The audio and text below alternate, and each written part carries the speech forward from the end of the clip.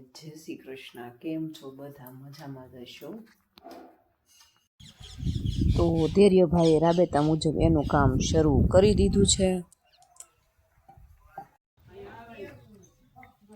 ધૈર્ય અને એની ફ્રેન્ડ બંને બોલથી રમે છે.